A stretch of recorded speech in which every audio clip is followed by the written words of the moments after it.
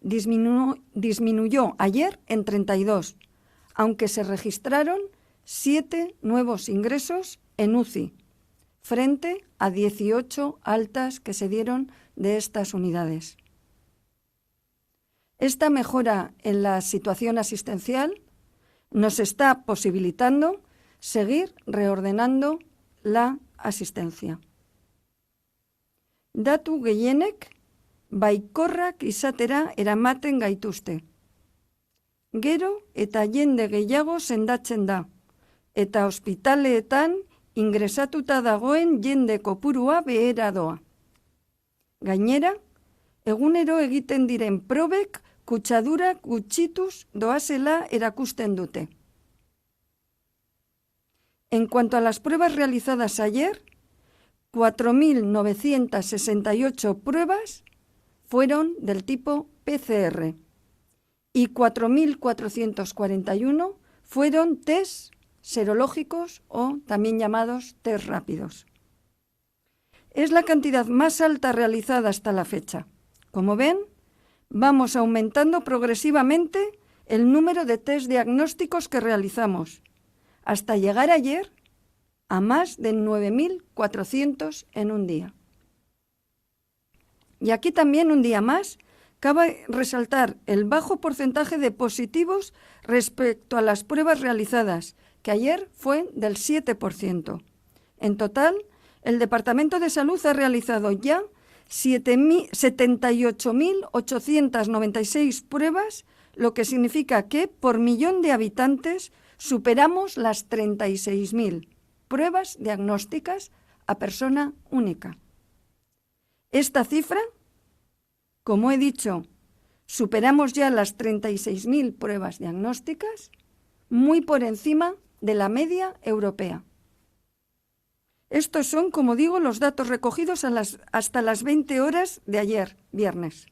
Unos datos que confirman una tendencia descendente en la actividad asistencial y también en aspectos epidemiológicos. En relación a la capacidad diagnóstica y nuestra estrategia de seguir aumentándola, la capacidad de seguir aumentando números de test, me gustaría apuntar que ayer mismo firmé una orden relativa a la realización y comunicación de resultados de pruebas de diagnóstico para el COVID-19, que nos dará la oportunidad también de aumentar la oferta y el número de test posibles que se realizan en Euskadi.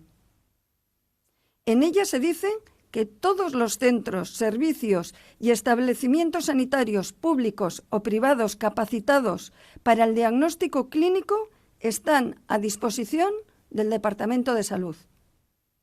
Además, para esto se garantizan unos criterios homogéneos para la realización de estos test y lo que prima siempre es la seguridad para las y los pacientes.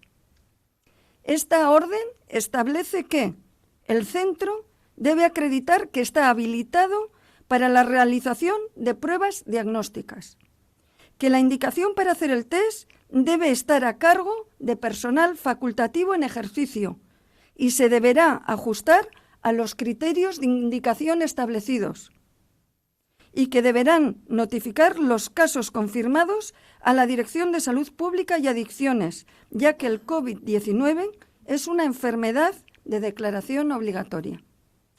Además, posteriormente, esta dirección dará traslado de los casos a Osakidetza para que pueda incorporarse en la historia clínica de todas las personas que realicen estos test. Además, con el fin de evitar situaciones abusivas, el departamento podrá fijar los precios de las pruebas. Aunque la orden se publicará el miércoles, el Boletín Oficial del País Vasco, esta orden ya está en vigor. Quiero resaltar que el Departamento de Salud nunca va a olvidar su responsabilidad en que los laboratorios y las técnicas que se realicen deben ser seguras también en los resultados y en el manejo de datos. Un laboratorio que no realice de forma segura estas técnicas es un riesgo para la salud pública. Por último, me gustaría darles cuenta de que el Gobierno vasco, a través del Departamento de Empleo y Políticas Sociales, ha impulsado una iniciativa para facilitar a la población inmigrante que reside en Euskadi la información más relevante de las medidas adoptadas durante la emergencia sanitaria. La iniciativa, conocida como ADI COVID, proporciona a través de sencillas infografías esta información y lo hace hasta en 6 idiomas diferentes. Eusko Jaurlaritzak pandemiari buruzko informazioa erraztu nahi die etorkinei. Horregatik, 6 hizkuntzatan eskaintzen dira neurri nagusiak, modu grafikoan. Pero todos debemos recordar que es necesario mantener las medidas para prevenir las nuevas transmisiones. Es imprescindible la higiene, el distanciamiento social y, si es preciso, el aislamiento y confinamiento de toda aquella persona que tenga sospecha o tenga síntomas de COVID. Es preciso hacerlo para no echar por la borda todo el trabajo y el esfuerzo realizado hasta ahora. Nada más por mi parte, eskerrik asko. Egunon, Sailburu, vamos a pasar a trasladarle ahora las preguntas que hemos ido recogiendo de los diferentes periodistas a lo largo de la mañana. Tenemos varias preguntas relacionadas con los test. La primera de ellas dice, en relación a los test y a la polémica con los clubes de fútbol, ¿tiene constancia de que en Euskadi haya laboratorios privados que permitan a particulares hacerse el test rápido o la PCR sin prescripción médica de Osakidetza? No tengo constancia. La nueva orden lo que indica es que la prescripción debe ser por un médico colegiado y no tengo constancia de este tipo de prácticas. Y ya le digo que la orden firmada y publicada en los próximos días, pero que ya está en vigor, establece claramente cómo se debe realizar en Euskadi este tipo de test. Y le preguntan también si se han validado ya los test de la UPV y si se plantea el Gobierno vasco hacer test masivos a la población. El Gobierno vasco estamos realizando test masivos. Estamos realizando en el día de hoy un número de test, en el día de ayer, elevado y llegando a una amplia población. A partir de la semana que viene empezamos a realizar 2 nuevos estudios de seroprevalencia para llegar a determinadas poblaciones. Por una parte, conocer cómo puede ser la situación del número de personas que han podido tener la enfermedad de forma asintomática, con un estudio diseñado para ello. Y por otra parte también para conocer mejor cómo ha ido la curva epidemiológica, un estudio para realizar este tipo de test a aquellas personas que pudieron tener síntomas en el momento de epidemia. En relación a los test que pueden realizar en laboratorios, estamos validando, es una cuestión técnica y, como he mencionado, nunca vamos a olvidar que esto debe tener una homologación para que demuestre que son útiles en la detección del virus en personas enfermas. Y esto es algo que vamos a garantizar como Departamento de Salud, que solo aquellos que cumplan unos criterios de calidad pasen a formar parte de la red diagnóstica. Y ya le digo que espero que esa validación, que es un tema técnico, se realice en los próximos días. Llevamos 6 semanas de confinamiento y cada día hay en torno, dicen, a 300 nuevos contagios. ¿Se está haciendo algún estudio, preguntan, para determinar dónde se han podido contagiar esas personas? ¿Se trata de trabajadores sanitarios o sociosanitarios? Sí. Todos los días conocemos del número de personas contagiadas, cuántas pueden ser de estas, vamos a decir, estos sectores de la sociedad que tienen un mayor contacto con personas sensibles, vulnerables o de mayor riesgo. Y todos los días entre nosotros conocemos cuáles corresponden con residencias, con trabajadores de residencias, con profesionales sanitarios. Hacemos un seguimiento de igual modo que lo hacemos por municipios y por territorios. Creemos que es lo que nos puede hacer estar próximos a la epidemia, a los posibles nuevos focos, y salud pública actuar para evitar su expansión. Una pregunta ahora relacionada con una de las respuestas que acaba de dar.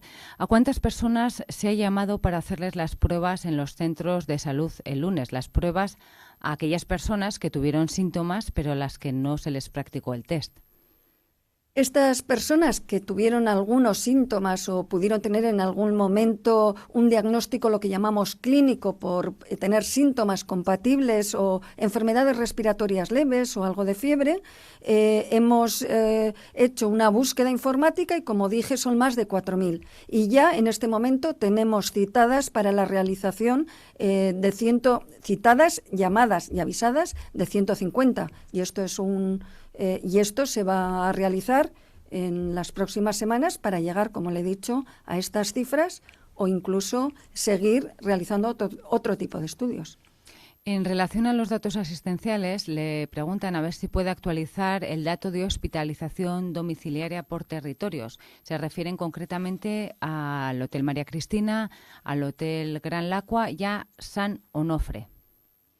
Sí, puedo actualizar los datos y mire, en hospitalización domiciliaria de pacientes con COVID y que realiza atención primaria, en este momento tenemos 211 personas.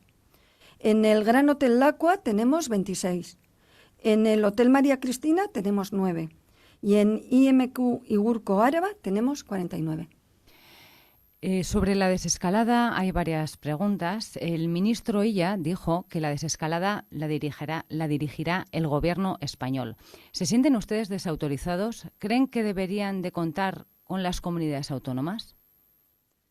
Mire, los que estamos próximos a las personas y a la población somos los servicios sanitarios, los servicios de salud pública y el propio gobierno vasco en Euskadi.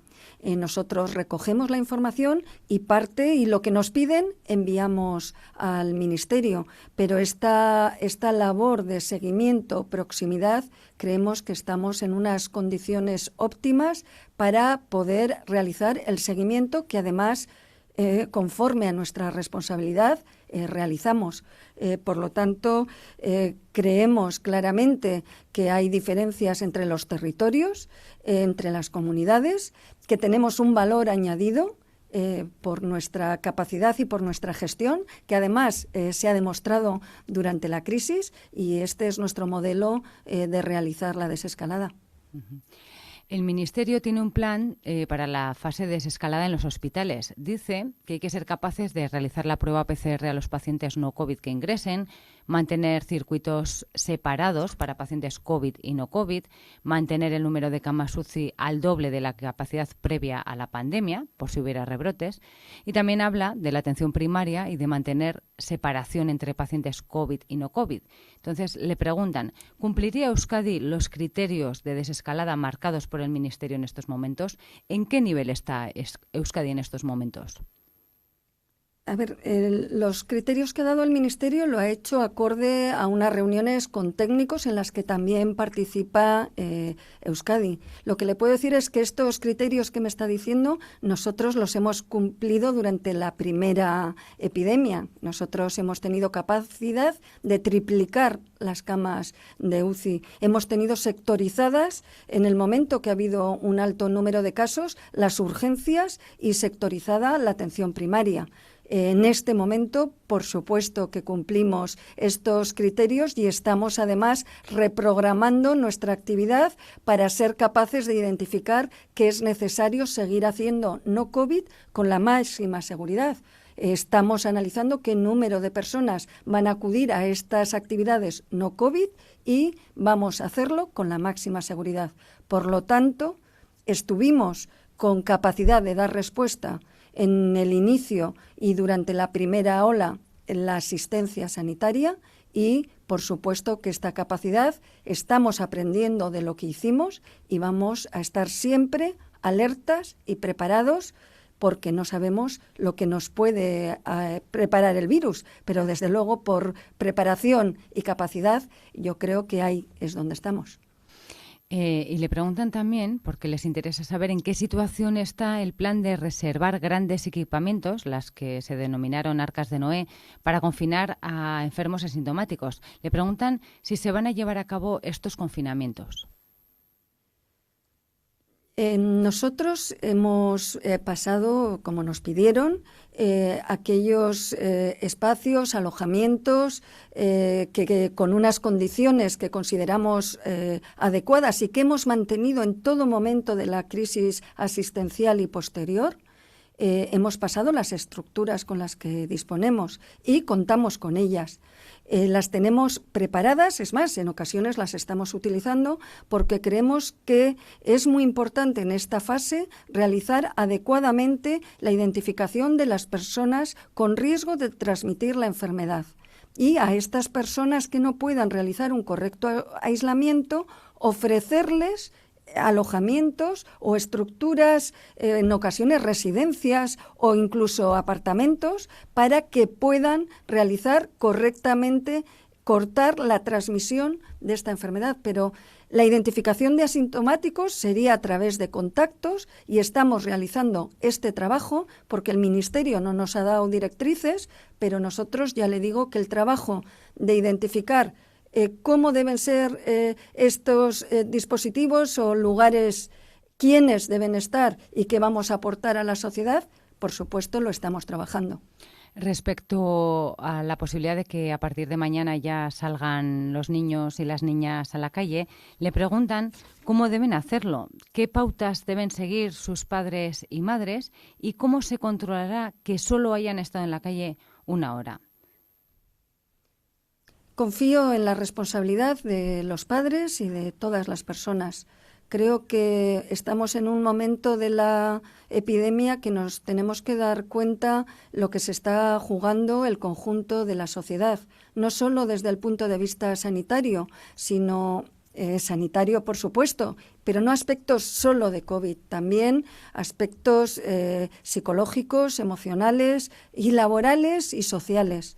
Por lo tanto, lo que tenemos que ser es responsables y sabemos que los niños necesitan realizar una actividad y es bueno para ellos, pero también debemos ser responsables y saber el riesgo que puede suponer que no tengan supervisión, que se junten entre ellos, que hagan visitas a familiares o que estén largos periodos de tiempo fuera de casa. Esto creo que es responsabilidad, pero que todos ya nos estamos dando cuenta que cuando vamos a un supermercado, cuando vamos a un mercado, cuando vamos a una farmacia o cuando vamos con nuestros hijos, lo que nos estamos jugando es algo mucho más que la salud individual. Nos estamos jugando que esta epidemia vuelva y que todos tengamos consecuencias de salud y muchas más. Consejera, hay una última pregunta. ¿Se ha constatado que sean defectuosas un lote de 200 mascarillas FPP2 retiradas en Basurto? ¿Se llegaron a utilizar? Le preguntan.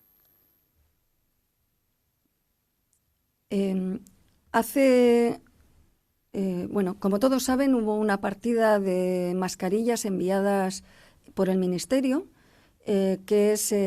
nos llegaron más de 100.000. Repartimos en nuestros hospitales más de 14.000, las han utilizado cerca o en torno a 4.000 profesionales, que estamos teniendo una actitud proactiva de identificar mediante test y ver estos profesionales qué repercusión ha podido tener en su salud y evitar la transmisión. Y también nos ha hecho reflexionar y plantearnos ser más activos en políticas en este momento, que hay más recursos también, vamos a decir, para adquirir, ser más activos a la hora de analizar estos materiales que en ocasiones recibimos del exterior.